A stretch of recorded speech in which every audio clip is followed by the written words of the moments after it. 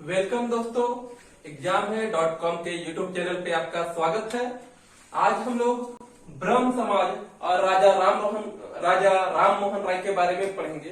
राजा राम मोहन राय की जो उपलब्धियां हैं उनको हम लोग देखेंगे। होता क्या है, 18वीं शताब्दी में यूरोप में पुनर्जागरण हो जाता है, जिसके कारण यूरोप बहुत तेजी से विकास करने लगता है। वहीं भारत में क्या होता है, 19वीं शताब्दी के प्रवेश होने के बाद भी रूढ़िवादी पुराने तौर तरीके धर्म के कारण लोग अच्छे तरीके से विकास नहीं कर पा रहे थे। लोग पिछलेपन का शिकार हो गए थे। भारत में ब्रिटिशों का शासन था। राजा राम मोहन राय को लगता है कि अगर भारत को ये पिछलेपन से निकालना है तो सबसे पहले जरूरी है धार्मिक सुधार आंदोलन, और इसके लिए उन्होंने बहुत सारे कार्य करते हैं। महिलाओं के लिए भी बहुत कार्य करते हैं। हम लोग तो आज सबसे पहले राजा राम मोहन राय के बारे में विस्तार से चर्चा करेंगे। सबसे पहले देखेंगे राजा राम मोहन के जीवनी के बारे में। उसके बाद हम लोग देखेंगे इन्हें कौन कौन सा उपनाम दिया गया और इन्हें कौन कौन सी उपाधियां दी गई। उसके बाद हम लोग देखेंगे इनकी विचारधारा कैसी थी।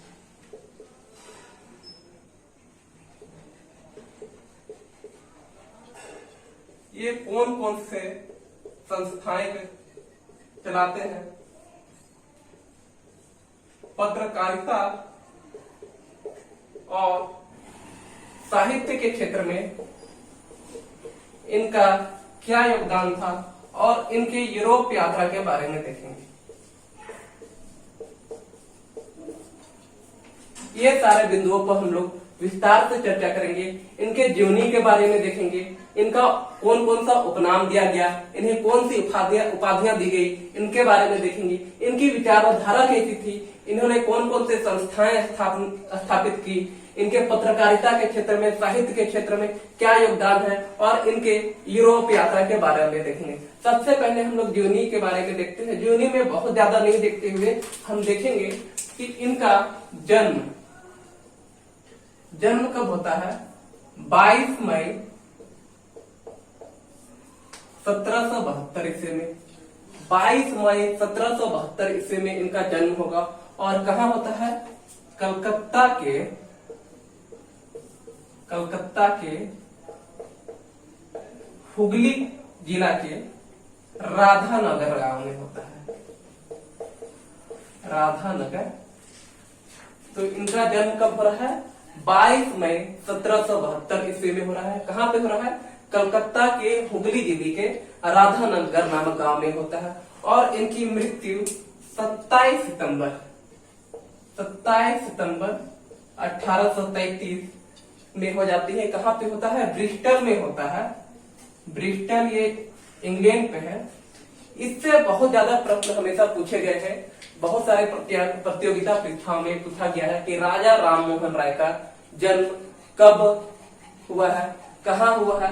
तो इनका जन्म 22 मई 1772 में कलकत्ता के हुगली जिला के राधानगर गांव में हुआ है। इनकी मृत्यु कहाँ हुई है, ये प्रश्न सबसे अधिक आप देखते हैं तो पूछा जाता है। कारण क्या होता है कि बहुत सारे विद्यार्थी इसका जब ऑप्शन आता है भारत में किसी स्थान का चयन कर देते हैं, कलकत्ता का चयन करेंगे, जबकि इनकी मृत्यु 1833 ईस्वी में होती है, ब्रिस्टल में होती है, इंग्लैंड पे होती है। वहां पे इनकी समाधि भी बनी हुई है, 2 मंजिला ऊंची मूर्ति इनकी बनी हुई है, और वहीं उनकी मृत्यु हो जाती है। इसके बारे में हम लोग आगे डिटेल से देखेंगे। जीवनी में हम लोग यही देखते हैं। अब आगे हम लोग इनके उपाधि और उपनाम के बारे में देखेंगे कि इन्हें कौन कौन सी उपाधियां दी गई और इन्हें किस उपनाम से पुकारा जाता है। राजा राम मोहन राय के बारे में हम लोग जब देखेंगे तो देखेंगे कि राजा राम मोहन राय, इन्हें जो राजा की उपाधि मिल रही है, ये जो राजा की उपाधि मिल रही है, ये कहीं के राजा नहीं है, ये कहीं के राजा नहीं थे। इन्हें राजा की उपाधि मुगल सम्राट अकबर द्वितीय, अकबर सेकेंड 1831 ईस्वी में जब ये यूरोप जा रहे थे तभी देते हैं। उसके विषय में हम लोग आगे यूरोप यात्रा के बारे में पढ़ेंगे, तभी वो डिटेल्स इसके बारे में हम लोग चर्चा करेंगे। तो राजा की उपाधि कौन दे रहा है इन्हें? मुगल सम्राट अकबर द्वितीय। कब दे रहे हैं? 1833 में। राजा राम मोहन राय, ये राय की भी उपाधि देखिएगा तो इनके पिता को जो अंग्रेजों ने दिया था, अंग्रेज के यहाँ वो दीवान पे कार्य करते थे, अब वही उन्हें राय की उपाधि मिलती है। बाकी इनका राजा राम मोहन नाम रहता है। राजा की उपाधि इन्हें मुगल सम्राट दे रहे हैं और राय की उपाधि इन्हें ब्रिटिश द्वारा दी गई है। जो इन्हें पिता को दी गई थी उन्हें पिता के द्वारा प्राप्त हुई। आगे हम लोग देखेंगे इन्हें आधुनिक भारत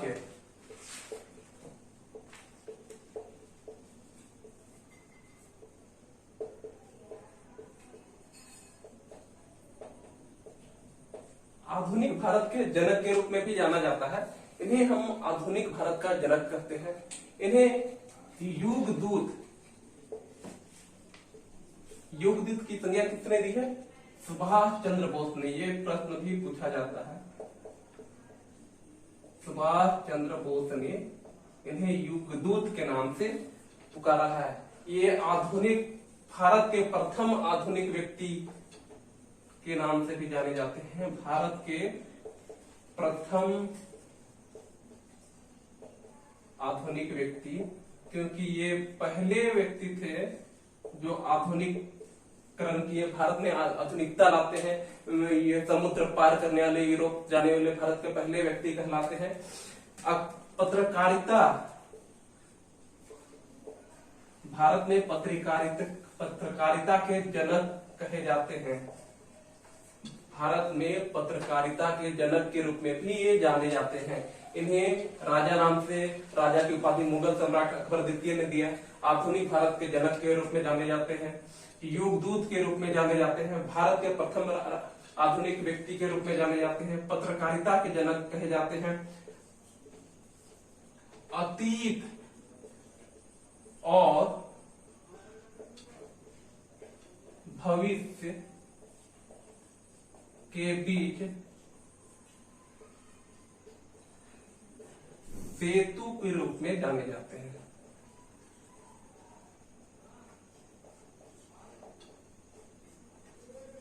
इन्हें अतीत और भविष्य के बीच में एक सेतु के रूप में भी जाना जाता है। इन सारे उपनाम और उपाधि के रूप में हम लोग इन्हें देखते हैं और बहुत सारे इन्हें उपाधियां मिली है। यहाँ जो प्रमुख उपाधि मिली है उसके विषय में हमने चर्चा की। अब इनके विचारधारा के बारे में देखेंगे। अगर किसी व्यक्ति के हम बारे में पढ़ रहे हों, उनके बारे में अगर अच्छे से समझना है तो उनकी विचारधारा को जानना बहुत जरूरी है। जब तक हम उनके आइडियोलॉजी, उनकी विचारधारा को नहीं समझेंगे तब तक उनके बारे में हम अच्छे से जानकारी प्राप्त नहीं कर सकते हैं। और उनके विचारधारा से भी बहुत प्रश्न पूछे जाते हैं प्रतियोगिता परीक्षा में। तो आगे हम देखते हैं कि इनकी विचारधारा क्या थी। विचारधारा के बारे में हम लोग देखेंगे। विचारधारा में हम लोग देखेंगे कि ये किसके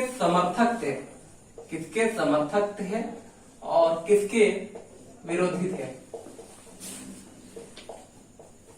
कौन कौन से चीज के ये समर्थक थे और किसके ये विरोध में थे। तो समर्थक में हम सबसे पहले देखेंगे जो राजा राम मोहन राय थे वो क्या थे? वो एकेश्वरवाद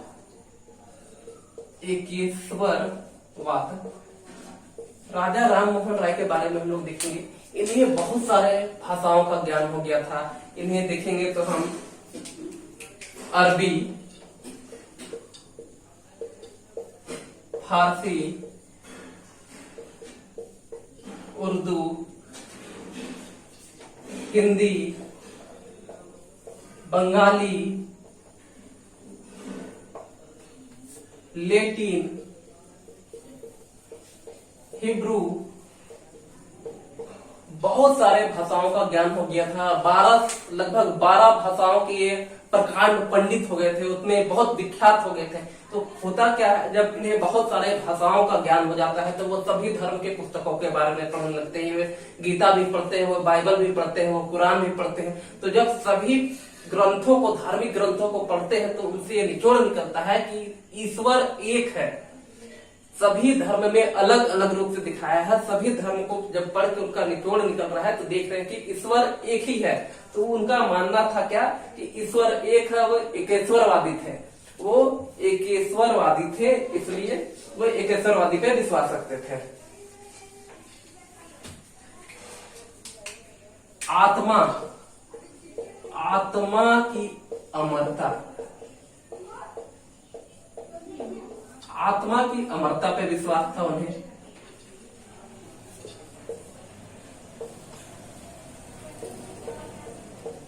स्त्री के बारे में वो बहुत सारे कार्य करते हैं। स्त्रियों के पक्ष में उन्होंने बहुत सारे कार्य किए थे और वो जो स्त्री को उनका अधिकार दिलाना चाहते थे। स्त्री के उत्तराधिकार का ये समर्थक थे। स्त्रियों के उत्तराधिकार के क्या होते हैं, ये समर्थक होते हैं। अगर हम इनका विरोध पर देखेंगे तो विरोध पर हम लोग देखते हैं कि यह क्या होता है, मूर्ति पूजा। मूर्ति पूजा के विरोधी थे। इनके कारण जब ये छोटा थे, घर में ये सारे चीजों का विरोध करते थे, तो होता क्या था, समाज में रहने वाले और लोग से उनके परिवार में उनकी दबाव बनने लगता था। दबाव बनने के कारण उनकी अपनी माता से भी बैर हो जाता है, पिता से भी बैर होने के कारण उन्हें घर छोड़ना पड़ता है। वो मूर्ति पूजा का विरोध करते हैं, पुरोहितवाद का विरोध करते हैं। देखिए पुरोहितवाद,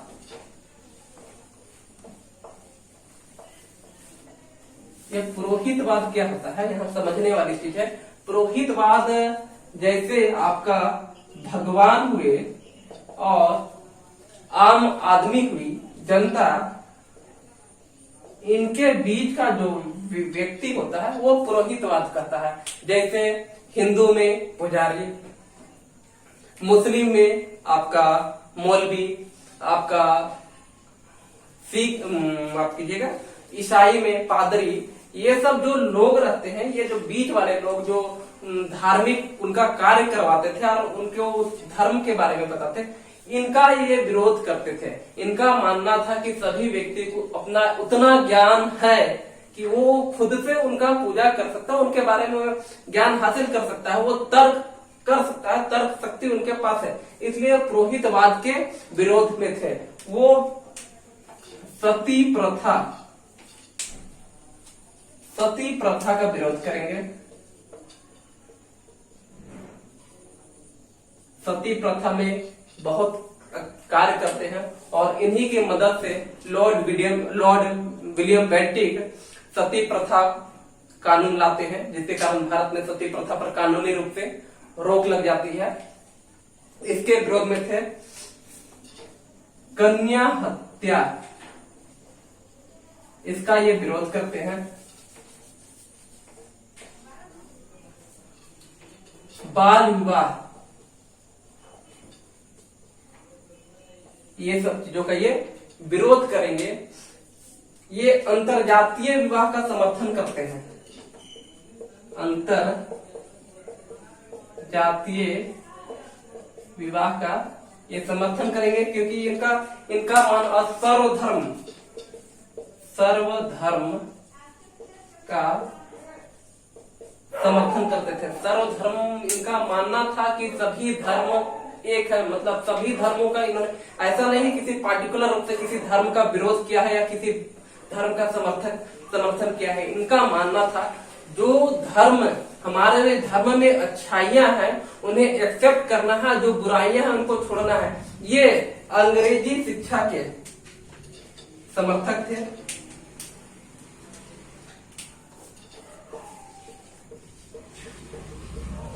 अंग्रेजी शिक्षा के समर्थक थे। आगे चल के हम लोग देखेंगे कि इन्होंने हिंदू कॉलेज का स्थापना करते हैं, वहां अंग्रेजी शिक्षा की पढ़ाई हो जाती है। इनका मानना था जो हमारे वेदों में जो अच्छी चीजें हैं उनका समर्थन हमको करना है, उसे भी लेके चलना है। जो आधुनिक अंग्रेजी शिक्षा में अच्छी चीजें उनको भी एक्सेप्ट करना है, जो बुराइयां हैं उनको एडॉप्ट करना है। ये कर्मकांड के विरोधी थे।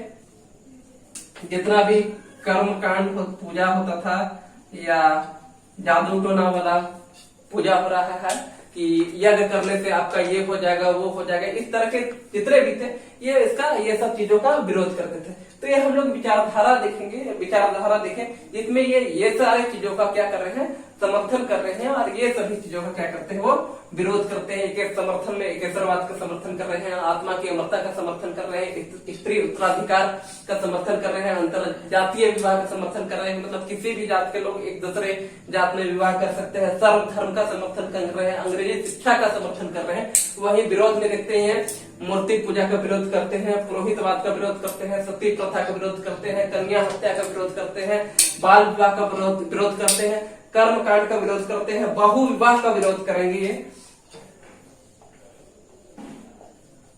बहु विवाह का विरोध करते हैं, ये सारे चीजों का वो विरोध करते हैं। अब हम लोग देखेंगे कि इन्होंने कौन कौन से सबसे पहले देख लेते हैं पत्रकारिता के क्षेत्र में इनका क्या योगदान रहता है, कौन कौन से इन्होंने पत्र निकालते हैं, कौन से साहित्य लिखते हैं, इसके बारे में हम लोग अभी देखें कि इनकी विचारधारा कैसे रहती है। स्त्रियों के बारे में विशेष कार्य करते हैं। इन्होंने सती प्रथा पर रोक लगाया था। सती प्रथा में जो रोक लगाते हैं उसमें हम लोग देखते हैं सती प्रथा एक्चुअली होता क्या था, जब पहले किसी के पति की मृत्यु हो जाती थी तो एक्चुअली में जो रियल नियम था वेदों के अनुसार, तो अगर पति स्वेच्छा से अपना आत्मदाह करना चाहती थी, अपनी जान कुर्बान करना चाहती थी, तो चिता में वो भी लेट जाते थे, जिसे हम लोग सती प्रथा करते थे। लेकिन उसमें बुराइयां ये आ गई थी कि इसे एक नियम बना दिया गया था कि अगर उसकी इच्छा ना भी हो तो जबरदस्ती समाज के उसके घर वाले लोग उसे चिता पर बैठा के उसकी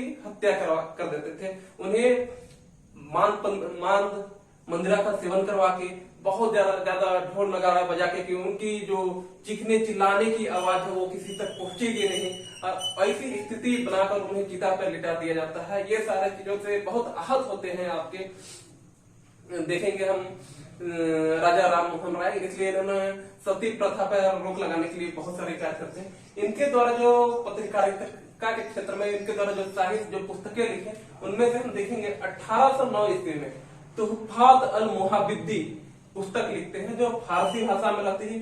इसमें मूर्ति पूजा का खंडन किया गया है। इस पुस्तक के द्वारा मूर्ति पूजा का खंडन किया गया है। इसे एकेश्वरवाद का उपहार कहा गया है। इस पुस्तक को 1820 ईस्वी में क्या होगा, प्रिसेप्ट ऑफ जीसस बुक लिखते हैं, the guide to the peace and haven.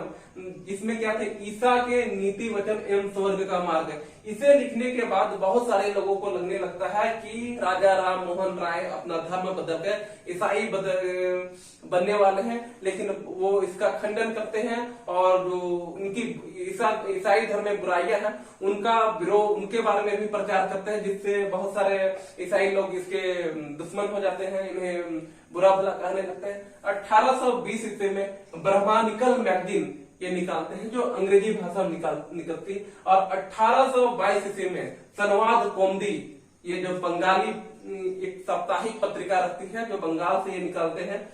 इस पत्रिका का निकालने का मुख्य उद्देश्य ये होता है कि जब ये घर से बाहर निकले हुए रहते हैं तभी इनके जो भाई रहते हैं जगमोहन, उनकी हत्या हो जाती है। हत्या हो जाने के बाद इनकी जो भाभी रहती है अलका मंजरी,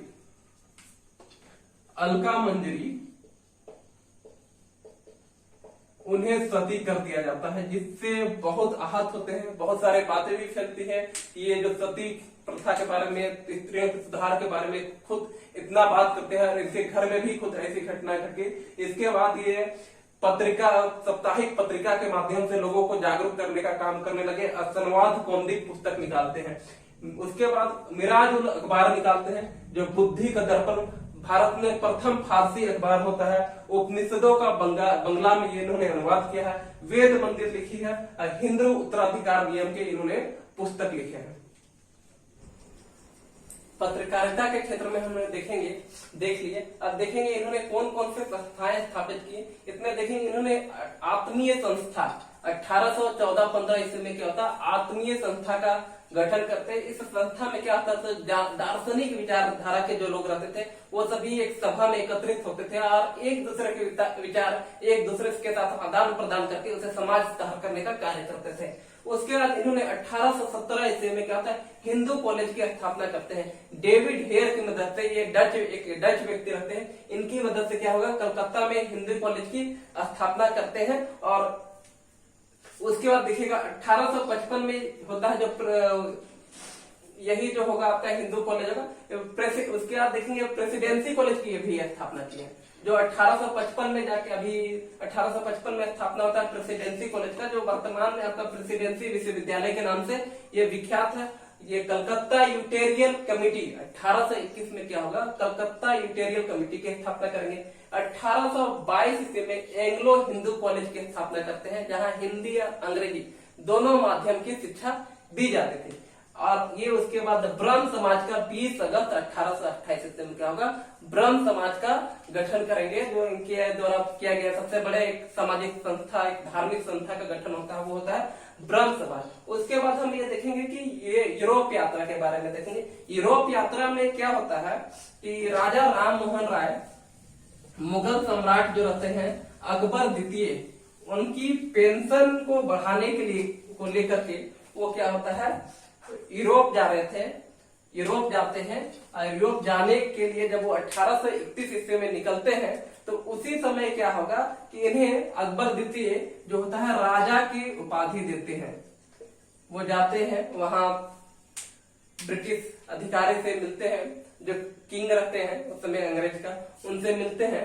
भले ही ये कार्य में सफल नहीं हो पाते, लेकिन समझिएगा जो भारत का सबसे प्रतिष्ठित व्यक्ति भारतीय में, ब्रिटिश को छोड़ दे, जो मुगल सम्राट से अकबर द्वितीय, उनका पेंशन के लिए जा रहे हैं। मतलब समझिए इनकी औदा को समझिएगा, ये कितने बड़े व्यक्ति हो गए हैं कि इन्हें ब्रिटिशों के पास, ब्रिटिशों का जो महाराजा है इंग्लैंड में, उनके पास भेजा जा रहा है। उसी समय इन्हें मुगल बादशाह जो रहते हैं अकबर द्वितीय राजा की उपाधि देते हैं कि इतने बड़े कार्य के लिए जा रहे हैं, इतने बड़े व्यक्ति पास जा रहे हैं, तो कोई साधारण व्यक्ति नहीं हो सकता। उसी समय इन्हें राजा की उपाधि दी जाती है। वहीं पे वो 2 साल रहते हैं और 1833 में इन्हें ज्वार होता है, ज्वार एक बुखार होता है, जिसके कारण इनकी वहीं पे मृत्यु हो जाती है। ब्रिस्टल में इनकी मृत्यु हो जाएगी और वहीं पे उनकी समाधि बन जाती है और वहीं 2 मंजिला ऊंचा इनका एक मूर्ति बना हुआ है ब्रिस्टल में।